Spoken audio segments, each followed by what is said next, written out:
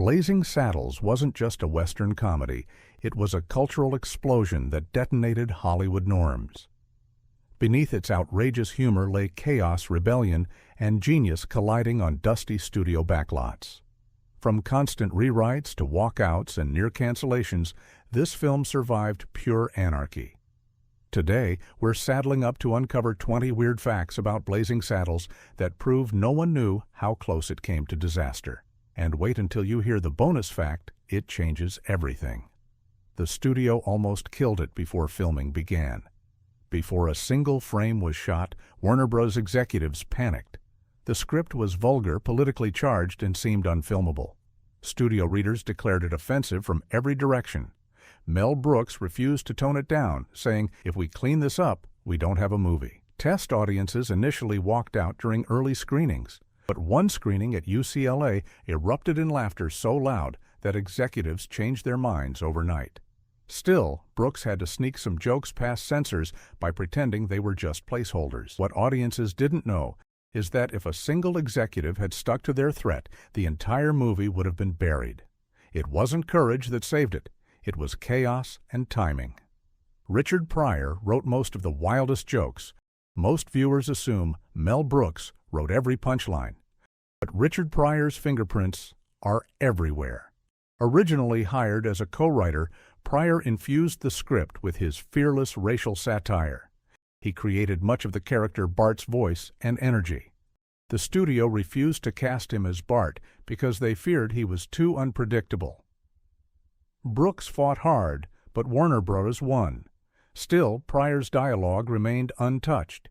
He transformed the movie from slapstick to cultural commentary. Without him, the film would have been just another Western spoof. Pryor gave it danger, edge, and soul. Every time the sheriff fires back with biting wit, you're hearing Pryor's unfiltered brilliance echoing through the Old West. Gene Wilder replaced another actor after disaster struck. Originally, the Waco Kid wasn't Gene Wilder. Gig Young was cast but collapsed on set during his first day of filming. He was visibly shaking and unable to continue. Production halted. Brooks called Wilder, who was vacationing in London. Within 48 hours, Wilder flew to set memorized pages of dialogue and began shooting the next morning. His calm, unpredictable energy reshaped the entire tone. Suddenly, the buddy dynamic had heart. The scenes between Wilder and Cleavon Little became cinematic lightning captured by accident. It wasn't recasting, it was rescue. Brooks later admitted Wilder saved the film from collapsing entirely. The town set almost burned down during production. While filming the big brawl at Rock Ridge, things went wrong fast. The stunt team used full squib explosions for authenticity. One detonation went off early, igniting a false front. The crew rushed to extinguish flames as extras in Western costumes screamed and ran for cover. Brooks ordered cameras to keep rolling. That chaos you see during the melee isn't acting. It's survival. The smoke, the confusion, the manic energy, all real. When the fire was out, Brooks laughed, saying, "That's our insurance money on screen." It became one of the most chaotic yet iconic finales in comedy history, born out of real panic and flames. Cleavon, Little faced real racism on set. Ironically, the man playing the heroic black sheriff faced real prejudice during filming. Some extras refused to shake his hand off camera.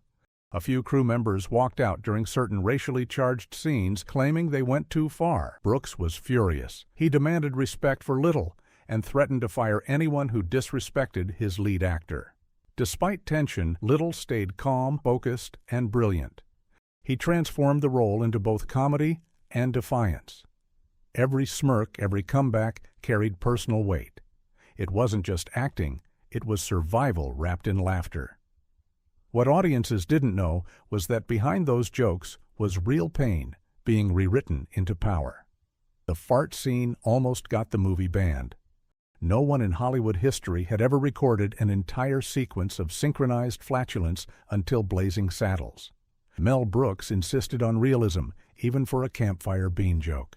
Sound engineers layered separate effects over hours to build a ridiculous musical rhythm of gas. The studio begged him to cut it, calling it vulgar beyond measure. Brooks refused. Test audiences howled with laughter, drowning out the sound itself. What most don't realize is that scene broke the biggest taboo in film comedy: body humor with no apology. Critics called it lowbrow, but audiences knew it was revolutionary. It shattered the illusion of polite Western heroes and replaced it with humanity and beans. That campfire changed comedy forever because it reminded Hollywood that no rule is sacred.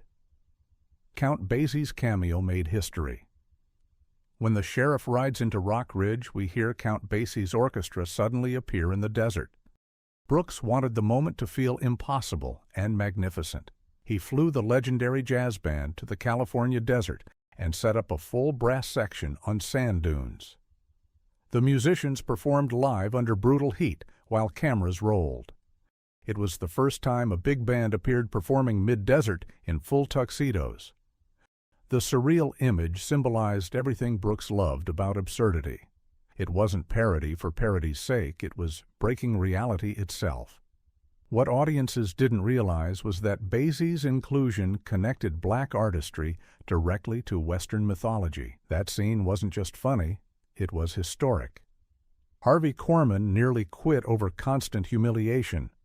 Harvey Korman, who played the villainous Hedley Lamarr, was a comedic genius, but behind the scenes, he struggled. Brooks kept rewriting lines mid-shoot, forcing Korman to relearn dialogue between takes.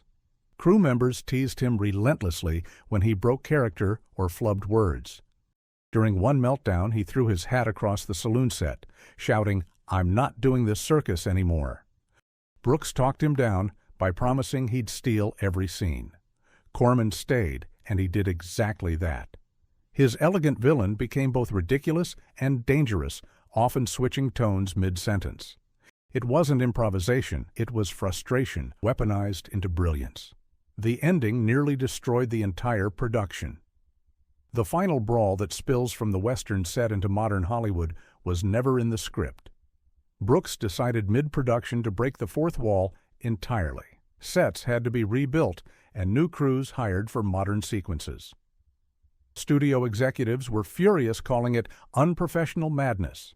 Brooks ignored them, filming stuntmen spilling through studio gates and into a real cafeteria where actual employees looked confused. That chaos you see isn't extras, it's real workers reacting in real time.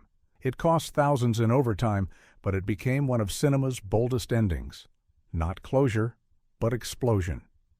The movie's premiere caused walkouts and standing ovations. When Blazing Saddles premiered in Los Angeles in February 1974, the crowd didn't know what to expect. Some laughed until tears, others stormed out, offended. One critic called it the end of American comedy.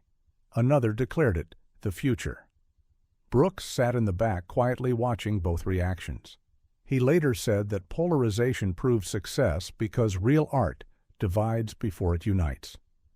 By morning, word of mouth had spread like wildfire. Within days, theaters were sold out.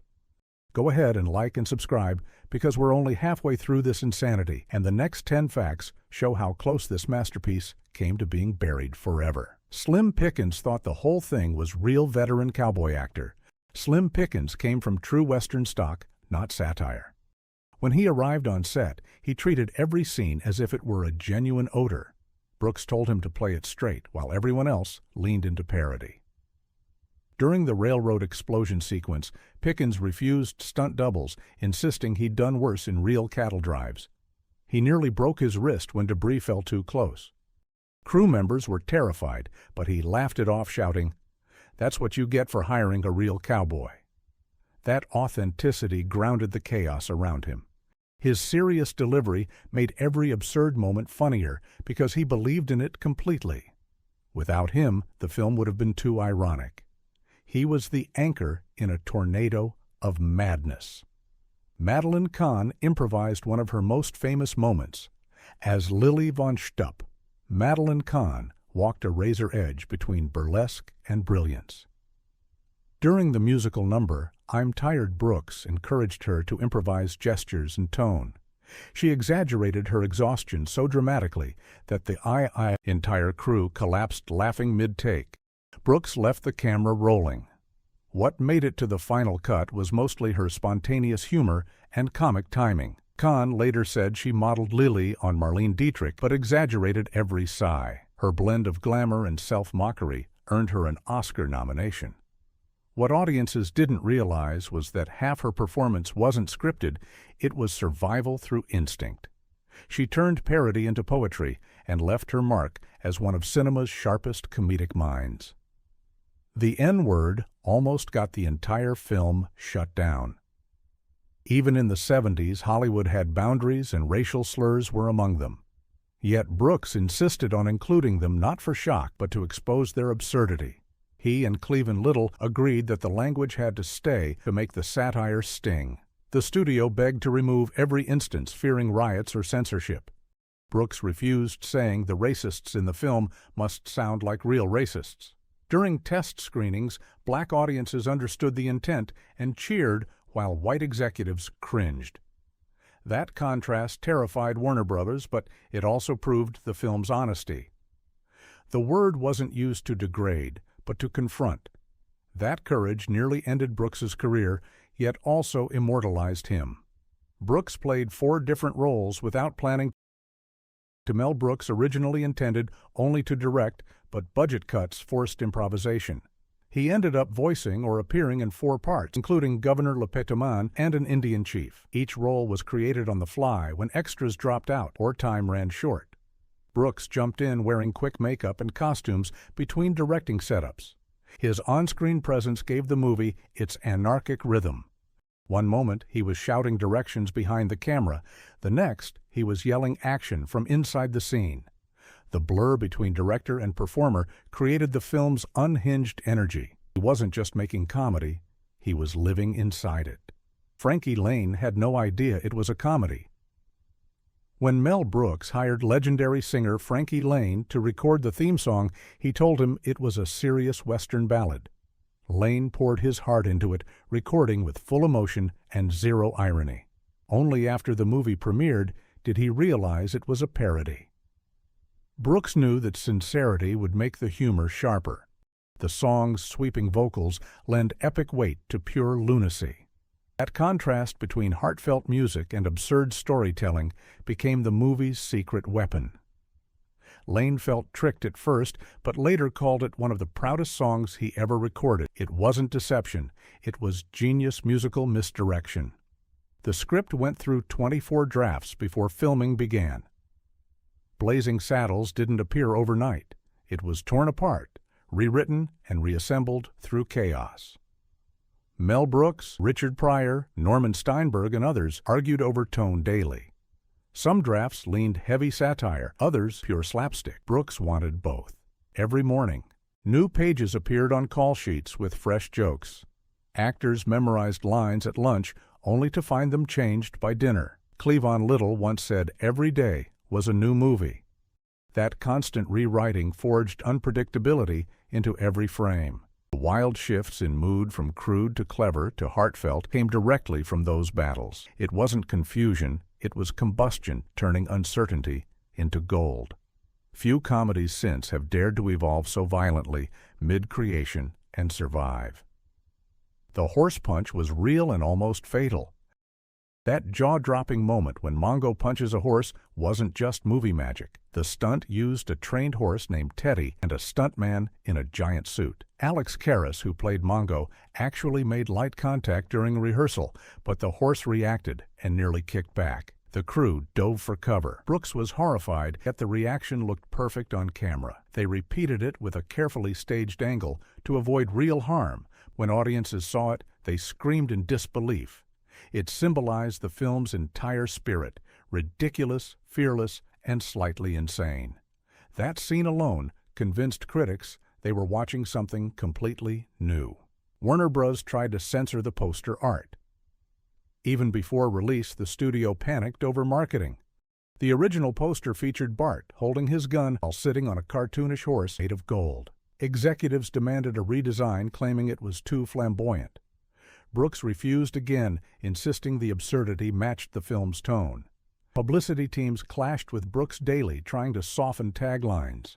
He threatened to walk unless the final design stayed bold. In the end, the poster with its riot of color and chaos hit theaters untouched. It became instantly recognizable and perfectly reflected the movie's insanity. That poster was more than promotion, it was defiance in print. The editing room was a battlefield. Post-production nearly destroyed friendships. Brooks and editor John C. Howard argued over pacing for weeks. Brooks wanted breakneck rhythm, while Howard demanded breathing room for punchlines. Entire sequences were cut, then reinserted, then cut again. The brawl finale alone had 12 separate edits. Studio executives threatened to step in until a secret screening changed everything. When laughter erupted, even in rough-cut form, Brooks and Howard knew they had gold. Their creative tension forged precision timing where chaos met control. Every joke hit with the force of an explosion because behind it lay weeks of war in the editing bay. Critics hated it before loving it. Early reviews were brutal. Some called it vulgar chaos without structure. The New York Times labeled it juvenile nonsense, but word of mouth turned public opinion fast. College campuses played it to sold-out crowds night after night. Within months, critics reversed course, calling it genius, masquerading as madness. By the following year, it was enshrined as one of the greatest comedies ever made. What began as ridicule became reverence. It wasn't a film that aged well. It forced the world to catch up. Bonus fact, the film's legacy changed comedy forever. Blazing Saddles wasn't meant to last, but it outlived its era. Studios swore nothing like it could be made again, and they were right. It broke every rule Hollywood built and survived through sheer audacity. Today, its influence runs through everything from The Simpsons to South Park to Tarantino's satire. Yet Brooks has said he could never make it now. The film remains a monument to freedom, unfiltered art from a reckless time. What audiences thought was nonsense became history. Blazing Saddles proved laughter could fight fear and mock hate itself. That's the real secret behind the joke. If you love discovering the madness behind the classics, hit that subscribe button and keep your saddle ready for the next wild ride.